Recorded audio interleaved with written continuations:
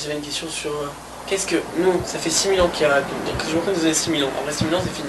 Maintenant, avant les 6000 ans, je sais qu'il y a eu 4 mondes avant notre monde à nous. Genre, même ça, même avant ça. Genre, qu'est-ce qu'il y avait avant tous les mondes, avant qu'on existe, avant que tout existe. Qu'est-ce qu'il y avait?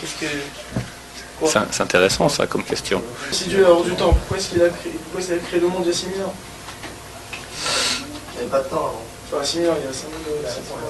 Et il a créé. Si Dieu est hors du temps, donc, quelle est la question? Pourquoi il a choisi de créer le monde à un certain temps et pas à un autre? Pourquoi il y a 6000 ans?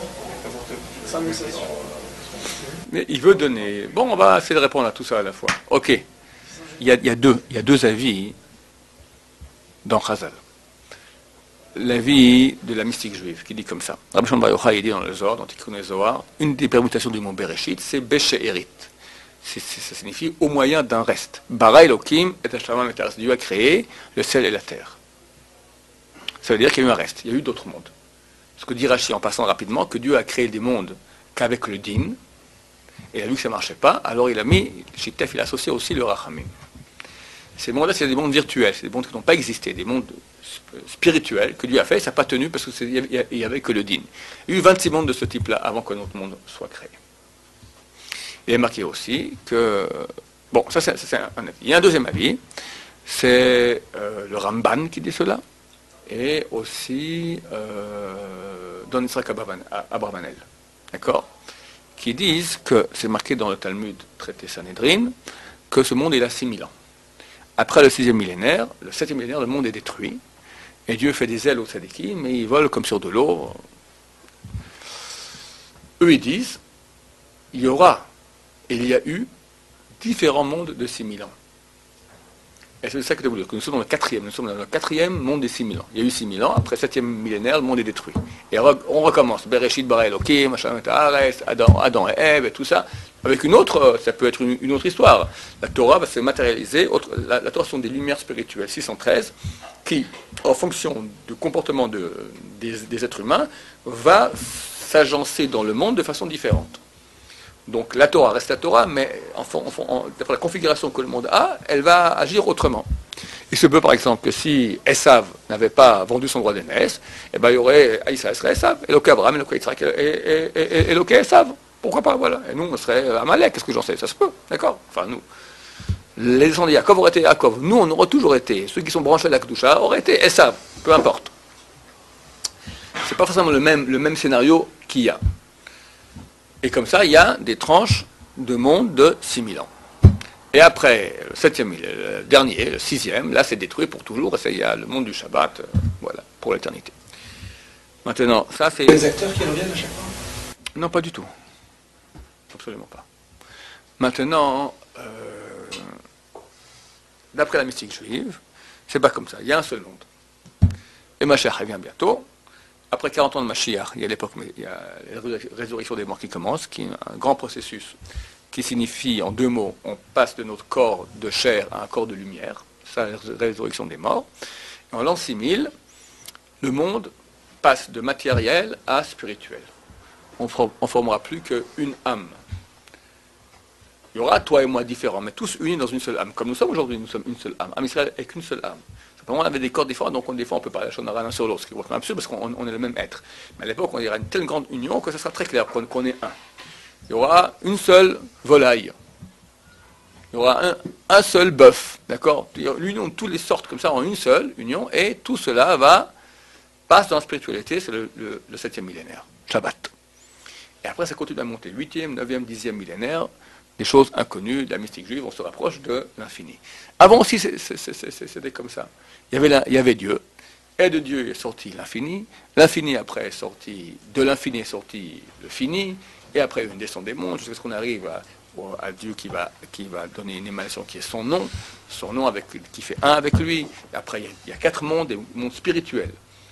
Atzilut, Bria, Yetzira, Asiya. C'est nous, ça c'est le premier. Voilà. Mais c'est aussi dans le temps. C'est-à-dire que au niveau de Dieu, il n'y a pas de temps. D'accord là-dessus. On parle, il y a eu ça, puis après il y a eu ça. C'est quoi le mot après? Dans l'infini, par exemple. Je dis, il y avait Dieu, et de Dieu est sorti l'infini. D'accord? Donc il y a un moment, T, avant lequel il n'y avait que Dieu, et après lequel l'infini est sorti. Mais dans l'infini, il n'y a pas de t, il n'y a pas de temps. Il n'y a pas un moment, hop, quand on dit un moment, hop, c'est pas dans l'infini, c'est dans le fini. Alors, on ne parle pas de temps, on parle de causalité. Qu'est-ce que c'est que causalité? Il y en a un qui a causé l'autre. C'est pas au niveau du temps. C'est des notions qui nous dépassent nous tous. Il faut comprendre qu'on ne comprend pas. Dès qu'on a compris qu'on ne comprend pas, c'est beaucoup plus facile à comprendre. D'accord? Il faut comprendre qu'on ne comprend pas qu'il y a au niveau même de la divinité qui est hors du temps une hiérarchie. Nous appelons la hiérarchie, celui qui est plus haut, on l'appelle avant. Celui qui est après. Matsui Rishon. Hein? Matsui Rishon, voilà, première cause. C'est ça que je vous recommande. Il est le premier. Alors, à bout d'un moment, ça arrive aussi dans le temps. Il y a un passage de l'infini dans le fini. Oui, aussi. Et ce monde fini, il dure 6000 ans. C'est ce que Dieu a laissé pour qu'on puisse agir dans la réalité. S'il n'y avait que l'infini, il n'y a pas de réalité. Parce que tu es happé par l'infini, tu es annulé par l'infini. Donc il fallait qu'il y ait un fini dans lequel Dieu te laisse agir dans une certaine mesure. Ce qui donne place au mal. Ça, c'est écrit dans des livres. Oui, bien Et sûr. Pourquoi que je vous nous donner ces livres? Parce que c'est des choses qui sont extrêmement compliquées à comprendre. Ouais. Si c'est des gens qui comprennent pas assez bien les choses, on peut Ouais. devenir fou à cause de ces choses-là. Ouais. Parce que de penser des choses qui est infini dans le fini, c'est trop compliqué pour Voilà. nous. Donc il ne faut pas penser, il faut dire qu'on ne comprend pas. Pourquoi faire puis c'est que tout. nous donner ça? Parce qu'il y a une mitzvah de connaître Dieu. Da Elokei Avicha. Il y a une mitzvah de connaître Dieu. C'est une histoire d'amour. Comme Dieu est amoureux de nous, nous on est amoureux de lui. Maintenant tu es amoureux. De qui je suis amoureux? Abraham Avinu, il voyait Tu veux les le connaître quand tu vas. Bien sûr qu'il a besoin de Abraham ça. Avinu, il voyait les choses, il voyait Dieu dans toutes choses. Dans toutes choses, dans une fleur, il voyait Dieu. Mais comment il est arrivé à ça? Mais il a réfléchi. Ouais, ben voilà. Sur quoi il a réfléchi? Tu vois, il Ça, n'a ça pas fait Barakama, ni Baba Bensia. Il a pensé à Dieu toute la journée. Il y a avant et après, il a discuté avec tous les gens. Donc il était complètement dans cette soubia, que de Dieu. Que de Dieu. Et on ne devrait pas faire ça alors?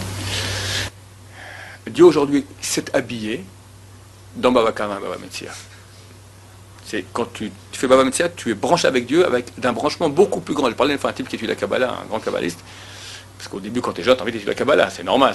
Tu penses que il m'a dit, sache que tu as une relation beaucoup plus intime avec Dieu dans le Pshat, dans son sens, qu'avec la Kabbalah. Parce que la Kabbalah, elle parle de choses que tu ne comprends pas. Alors il faut l'apprendre. Ah, tu as des sphères, tu as des machins, tu as des trucs. Ok, qu'est-ce que c'est? On te dit, c'est pas le comprendre, parce que si tu comprends, tu rentres si tu imagines, tu es dans le faux déjà. Donc il faut comprendre qu'on ne comprend pas. Bon, ok, alors on parle de choses qu'on ne comprend pas. Mais j'ai aucune.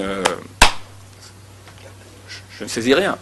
Quand on me dit maintenant, voilà, Shleim Borzim Betalit, c'est clair, il y a un talit, il y a deux personnes, ils jurent la moitié, pas la moitié. Ok, c'est clair, je comprends. Et Dieu, c'est ça le don de la Torah, pour lequel les anges étaient jaloux, c'est que Dieu a descendu la métaphysique la plus haute qui est la pensée de Dieu, rien n'est plus haut que cela, et nous a donné à nous qu'on peut agir, on a une action par la Torah, une action dans le monde métaphysique les plus hauts qu'il puisse y avoir, en saisissant bien, tu tiens. C'est pour ça d'ailleurs, c'est le secret par lequel, le secret qui fait que les gens étudient ça. Comment quelqu'un peut maintenant étudier Baba Kama des heures et des heures et des heures, alors que ou Baba Metzia, alors que c'est des trucs qui n'ont rien à voir avec lui aujourd'hui, si ce n'est que quelque part, sa neshama sent qu'il est branché avec Dieu. C'est clair.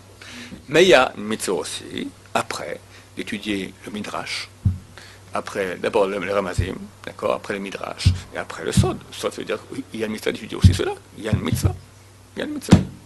Mitzvah qui est nécessaire, mais bon, après. Essaie de comprendre ce qui est appréhendable, le côté. Pardon? Essaie de comprendre ce qui est appréhendable, le côté Elohim, mais va pas forcément chercher des trucs justement que tu ne pourrais pas comprendre. Il y a aussi une mitzvah de Sans connaître. même aller très loin, il y a déjà des choses qui sont difficiles à comprendre. C'est juste. Mais il y a une mitzvah aussi de s'occuper de ça. Même de ce qui est carrément dessus. Ouais. C'est comme une histoire d'amour. Quand tu parles de Dieu, le meilleur moyen de parler de Dieu, c'est parler comme on parle avec une femme. D'accord? Une femme, tu lui parles à elle. Tu vois son corps, tu vois ses yeux, elle te parle. C'est clair. Ok, c'est une chose que tu tiens. Tu tiens. Maintenant, tu es très amoureux d'elle, tu aimerais la connaître elle. Tout elle. Au bout d'un moment, tu verras que quand tu vas creuser, tu arrives à des choses que tu ne maîtrises plus du tout. C'est qui elle? Qu'est-ce que c'est? Qui es-tu? Mais qui es-tu? Ok, tu as une volonté. Ok, mais qu'est-ce qu'il y a derrière ta volonté? Qu'est-ce qu'il y a derrière ta volonté à toi? Donc, quand tu l'aimes beaucoup, tu veux la connaître. Mais c'est un puits sans fond. C'est infini. C'est des choses qu'on ne maîtrise pas. Pense à toi. Qui suis-je? Alors enlève les jambes, les pieds, les yeux, tout ça. Ok, il y a moi. Ok, il y a une réalité, moi. Là, tu commences à avoir peur même. D'accord? C'est ça. La mitzvah aussi de relation avec Dieu, qui passe par sa connaissance. La connaissance de Dieu a lieu d'abord par Bava Metzia, mais après il y a une connaissance profonde aussi, qui est nécessaire. Il y a une mitzvah, une obligation d'étudier cela. Obligation. Quand tu connais bien tous les chasses, tu connais bien tous les midrashim, tu connais bien tous les poskim, tu es bien assis, tu es bien fort, tu es bien solide, alors commencez lentement avec un maître qui t'enseigne ces choses-là. Nous aujourd'hui, comme on fait, parce qu'on n'est pas dans la Kabbalah, on a beaucoup de pensées juives, qui sont des mi-chemins de Kabbalah, et là on peut comprendre les choses, le Ramchal, les choses comme ça, qui sont d'accès, l'âme de la vie de Rav Chaim de Vologine, Nefesh Chaim, d'accord, des livres d'accès, ou comme je fais ici dans beaucoup de mes cours, où je parle de réalités qui sont, c'est pas la Kabbalah, je ne sais pas non plus la Gemara, je ne sais pas de la pensée juive, d'accord, c'est de la philosophie juive, appelez ça comme ça, voilà, philo-juive, d'accord, voilà. On s'arrêtera ici, messieurs. Commencer par le sod avant de commencer. Absurde, idiot. C'est assourd ou déconseillé? Assourd. Assourd d'être idiot. Voilà. Ok.